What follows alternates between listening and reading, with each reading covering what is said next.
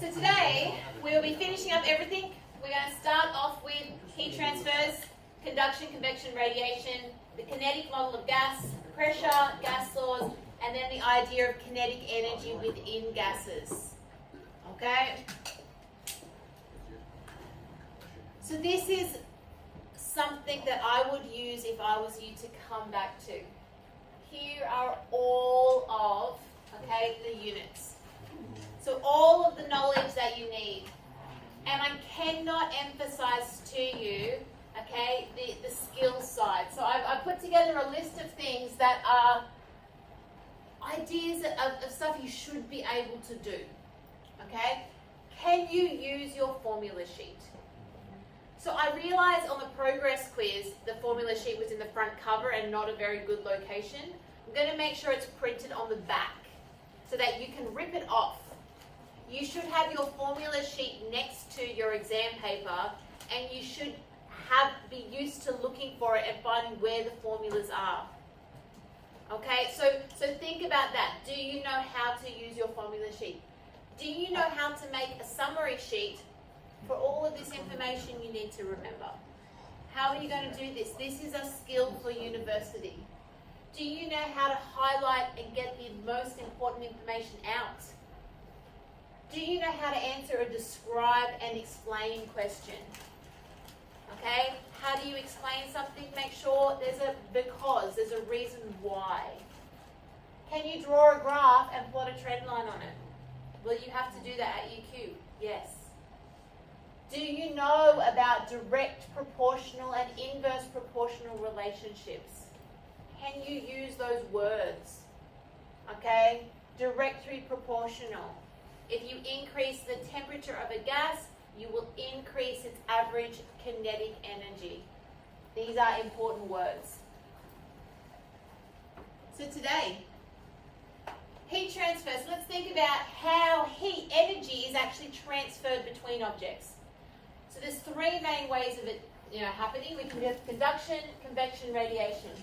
So conduction is where the particles, and we'll move to the next one, two objects have to be directly in contact for heat transfer to occur through conduction. So this is a good sort of example. The first set of particles are at a higher heat energy than these ones. So this temperature is higher than these ones here.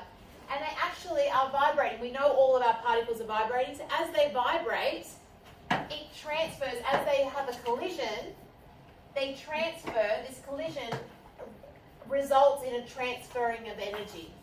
And that is how conduction occurs. It's the transferring of energy between particles as they collide. So you have to have direct contact. One of them has to be at a higher energy level than the other one, a higher heat energy level, so it can transfer that energy to spread it evenly amongst it. So conduction requires direct contact. Radiation is going to be a really large component of next semester. So we're only briefly talking about the fact that you can also transfer heat, through radiation. So heat energy can be transferred through radiation. When we stand there and in the sun, has anybody standed out in the sun before? And you've got the sun rays, nobody ever raised their hand. I've never been in the sun before. You live in Australia now, you get the sun all the time. The reason that we have 1 in 2 people in Australia will get skin cancer. Because the radiation from the sun, as it comes, and you feel the infrared radiation on your skin, the warmth, but the UV actually is penetrable enough that it goes and actually changes the cell.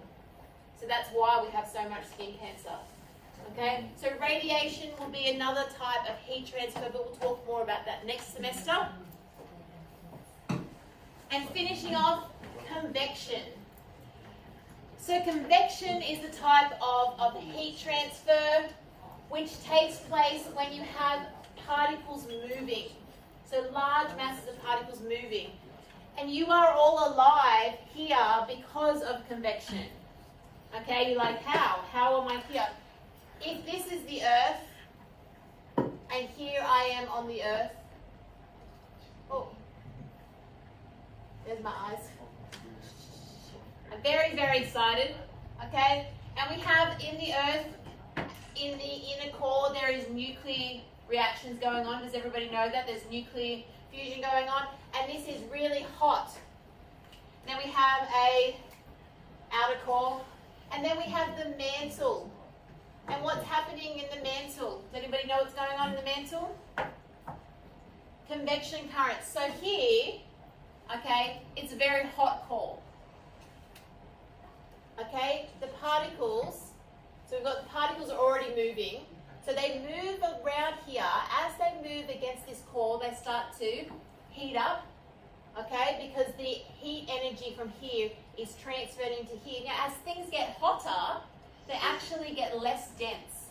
So they lose their density. That's why hot air rises, because it's less dense than cold air. So it rises up, okay? And then as it rises up, it gets to the surface of the Earth. And then as it moves along the surface, what does it start to do? Cool down until it gets less dense. And then as it drops down, it comes back around again to continue the cycle. And that's what's happening in the whole mantle. This is a very simplified version. There's a bit more going on. But in a nutshell, and what sits on the top of the surface of the Earth?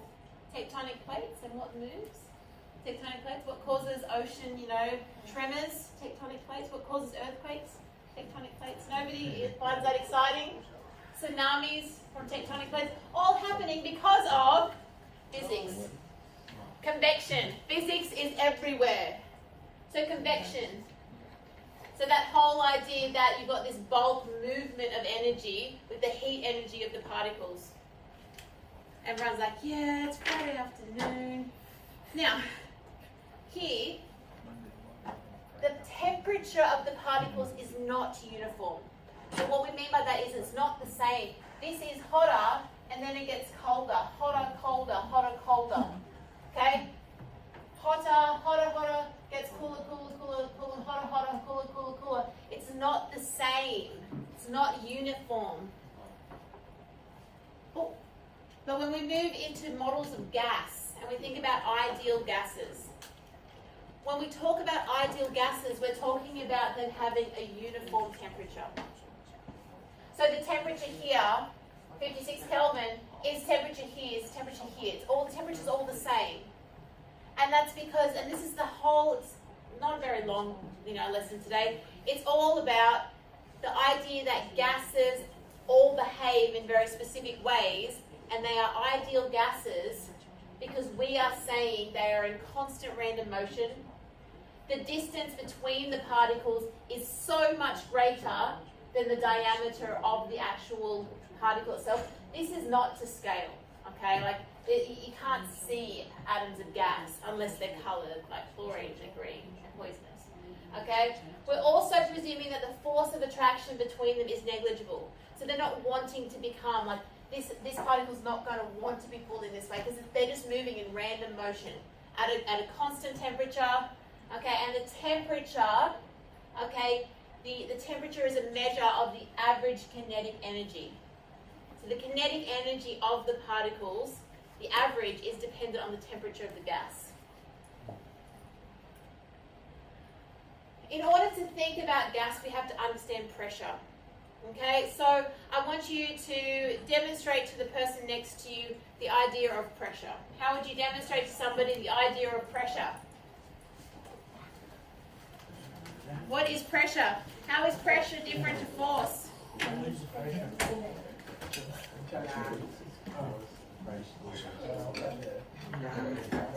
Now, it was in another class that we came up with a very good example of pressure. Yes. Depends on the area, right? Yes. So it was like last lesson we actually talked about, one of those beds, the needle beds.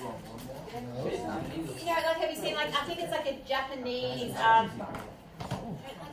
in Japan, they have the beds that are made of needles. Is it for torture? No, not torture. No, there's I've seen it in movies. They're like beds that are full of tiny little needles, and when you lie on it, it's very good for you.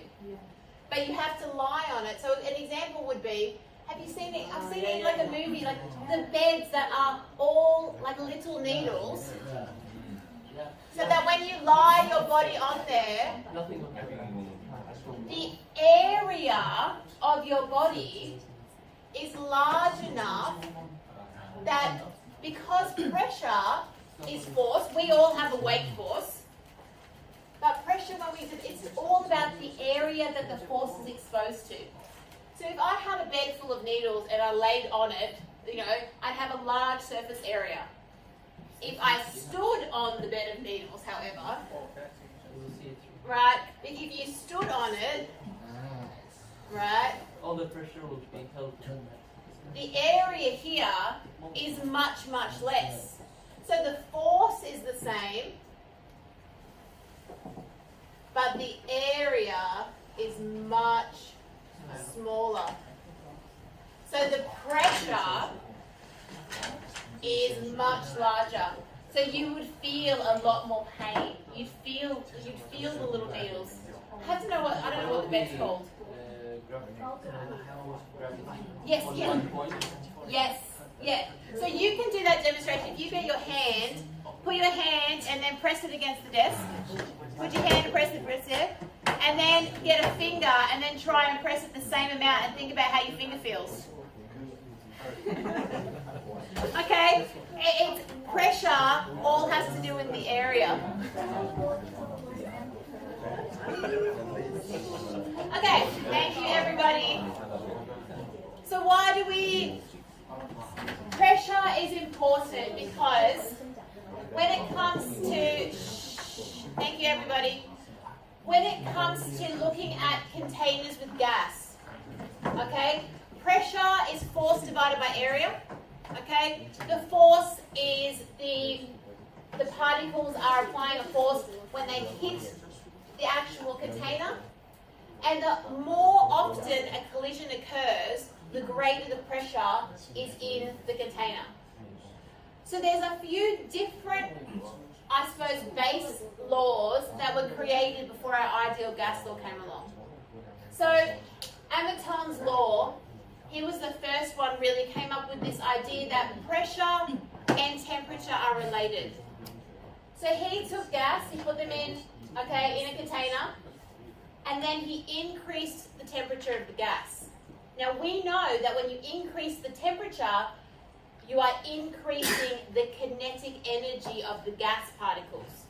So you're increasing the velocity of the gas particles. So they're moving faster, which means they're going to hit the container more often, which is going to increase the pressure. So this whole idea, if you keep the volume constant, pressure is increased when temperature increases. So coming back to, can you use the word directly proportional? Well, pressure is directly proportional to temperature because when you increase pressure, you increase temperature. They're directly proportional to each other. In a gas. Boyle, now you do not need to remember the names of the laws, you need to be able to use them. So Boyle at the same time was coming up with this idea of what happens with pressure and volume relationships. So he actually found that pressure and volume are inversely proportional to each other. So when you increase the pressure, when you decrease the volume, you increase the pressure because you now have a smaller area.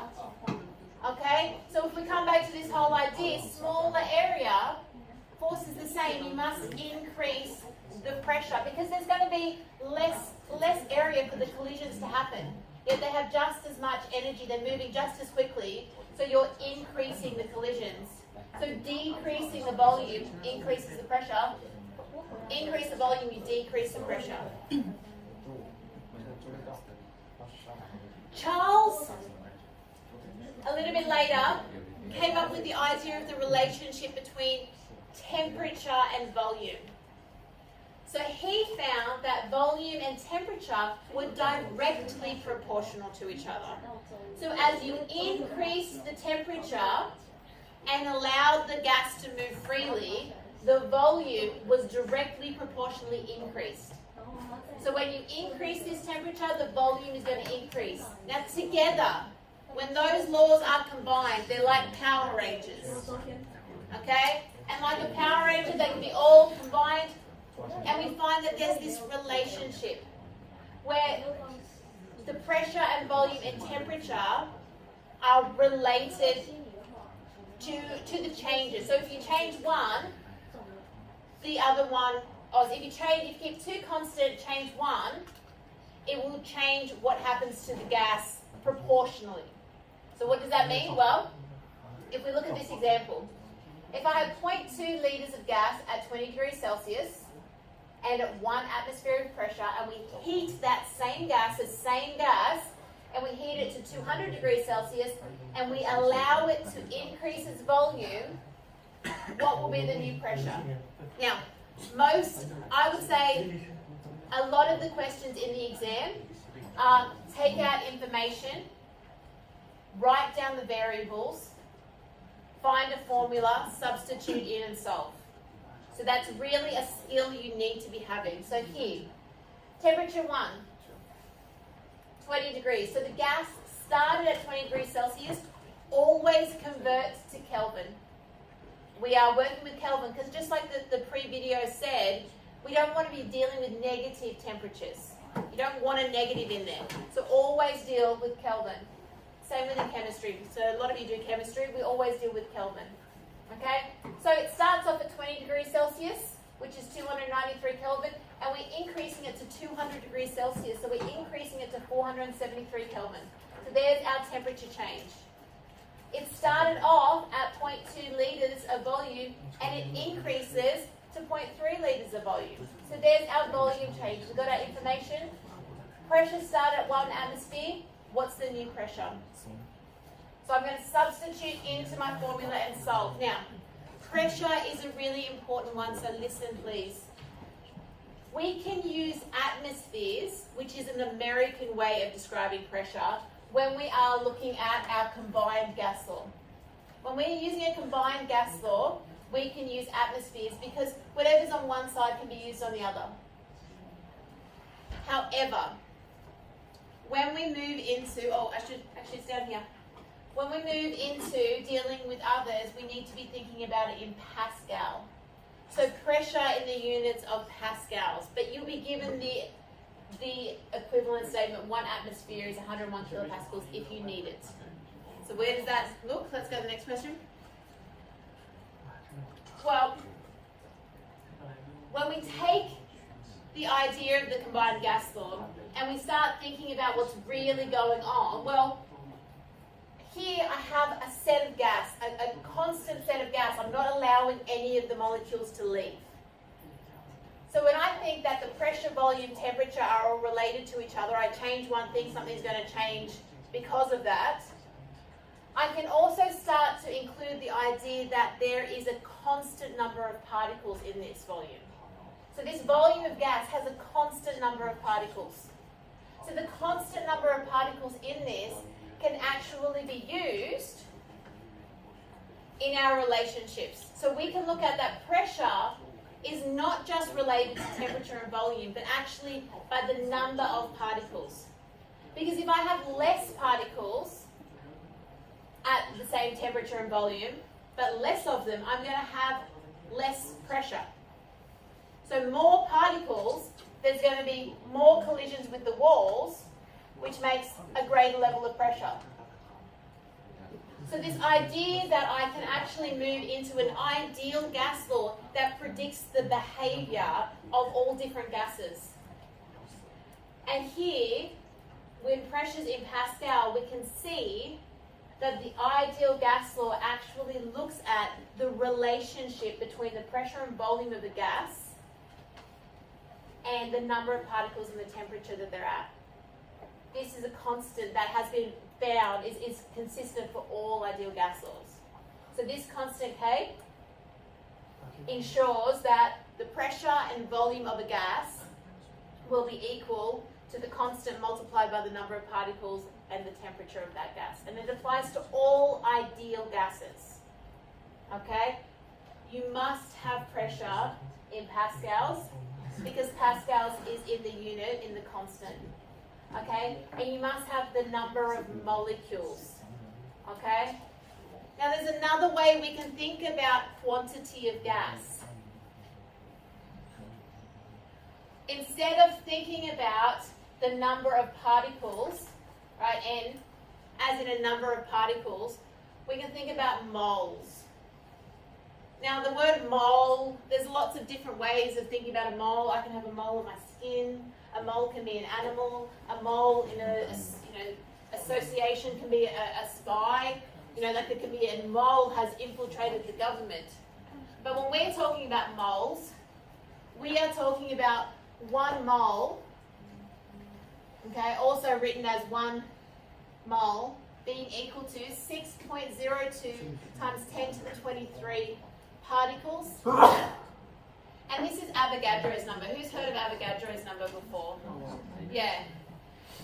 This is a lot of particles because there is a lot of particles everywhere. So it's much, much easier rather than if I told you I have 3.02 times 10 to the power of 23 particles. I can't even spell particles. But if I told you I had that many particles, that's a big mouthful. It's much easier to tell you that I have half of a mole of particles. It's much, much easier. So we use the idea of moles rather than the number of particles a lot of the time. Okay, we're not in this physics course, we're not going to go into it in too much detail. We're just sticking with the basic overview. But when we rearrange it, we come up with this idea that pressure volume is related to the number of moles multiplied by, okay, R is the universal gas constant, and again, pascals, cubic meters for volume, moles now instead of molecules. So a mole is different to a molecule. So let's just clarify that for 1 sec. So 1 mole is 6.02 times 10 to the 23. So that's like 602, 0.0000000. You get what I'm saying? 0.0000000. Okay, that's a mole. A molecule is like hydrogen, where it's H, right? It's like methane. Like that is 1 molecule. So a molecule is 1 particle. Okay?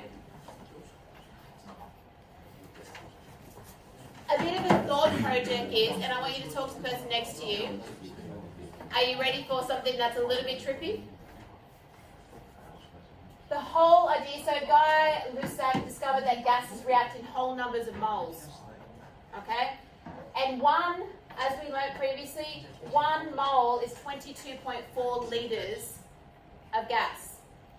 So how can you have 3 moles of hydrogen, which takes up 67.2 litres of volume, add 1 mole of nitrogen, which takes up 22.4 litres, and how can you end up with 2 moles of ammonia, which only takes up 44.8 litres of gas? Like, how do you go from that being, 4 of them, and not 89.6 litres of gas?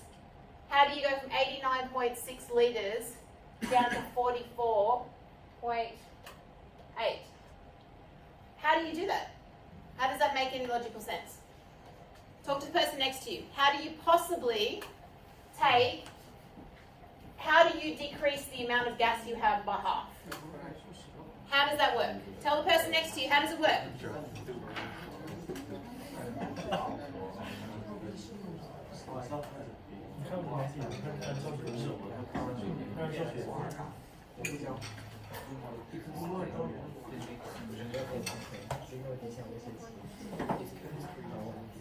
How do you do it? Do you know?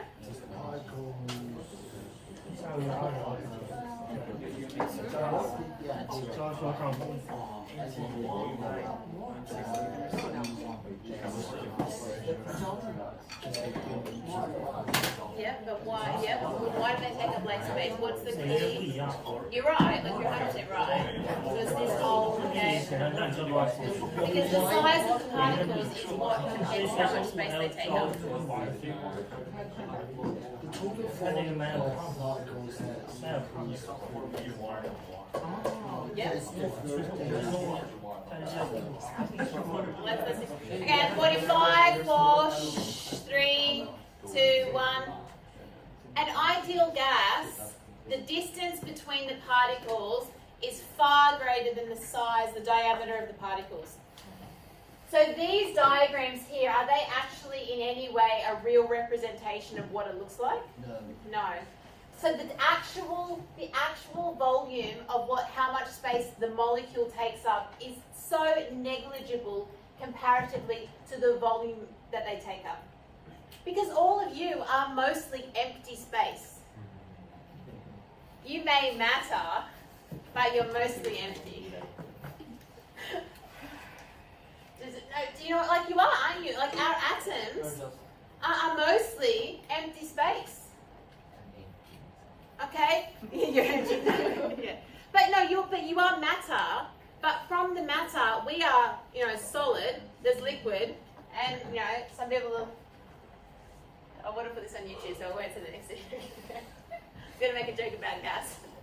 Okay. But the gas, in terms of, because the gas particles have got so much kinetic energy, they're bouncing around. They're filling up space by moving. You can feel it when you wave your arms around. You can feel the gas, okay? But the actual amount of particles that are there versus how much space they have between them is quite negligible. And that's why it's more about how the particles are interacting, not what the particles are when it comes to the gas. Okay. So we're nearly finished. We've got a few more slides and then we're done. So an example of a question that you may be asked is, find the number of particles in a 20-litre sample of argon gas at a temperature of 273 Kelvin at atmospheric pressure. So when you see atmospheric pressure, you will have on your formula sheet the conversion. Or you might be given to it pascals, depends on how nice we're feeling. Okay, so you'll have this, but you always must know you need pascals. You were given it in Kelvin, so not a problem. But cannot use litres, you must use cubic metres. Okay, cubic metres as your volume. So once you've got your variables, you know you're looking for the number of particles now. We find our formula, we substitute in, and we solve. Okay, so this is just drill and practice. Okay, taking information, write down your variables, formula, substitute, solve. And see, this is a lot of particles. So again, it's much nicer to use moles. This is an example of a question which you might have to manipulate some of the numbers. Air has an average molecular mass of 29 grams per mole. So every mole weighs 29 grams. What is the volume of 2 kilograms of air at atmospheric pressure and 20 degrees Celsius? So let's start with taking out our variables. So pressure, 1 atmosphere, 1.013 times 10 to the 5 pascals. Always pascals. Temperature, I've got 20 degrees C. Always work in Kelvin, so adding 273. This you have to know. You have to know. You'll know it so well at university. You'll know these things off by heart. Okay? Now, the number of moles, we need to have the N. If you have 2 kilograms total, every 1 mole is 29 grams. You just need to divide by 0.029 because that takes it into kilograms to find the total number of moles. Take your variables, substitute in, and solve. Okay? Last slide. This is not assessed. The only way that this could be assessed is if it's given and you have to talk about direct proportional relationships.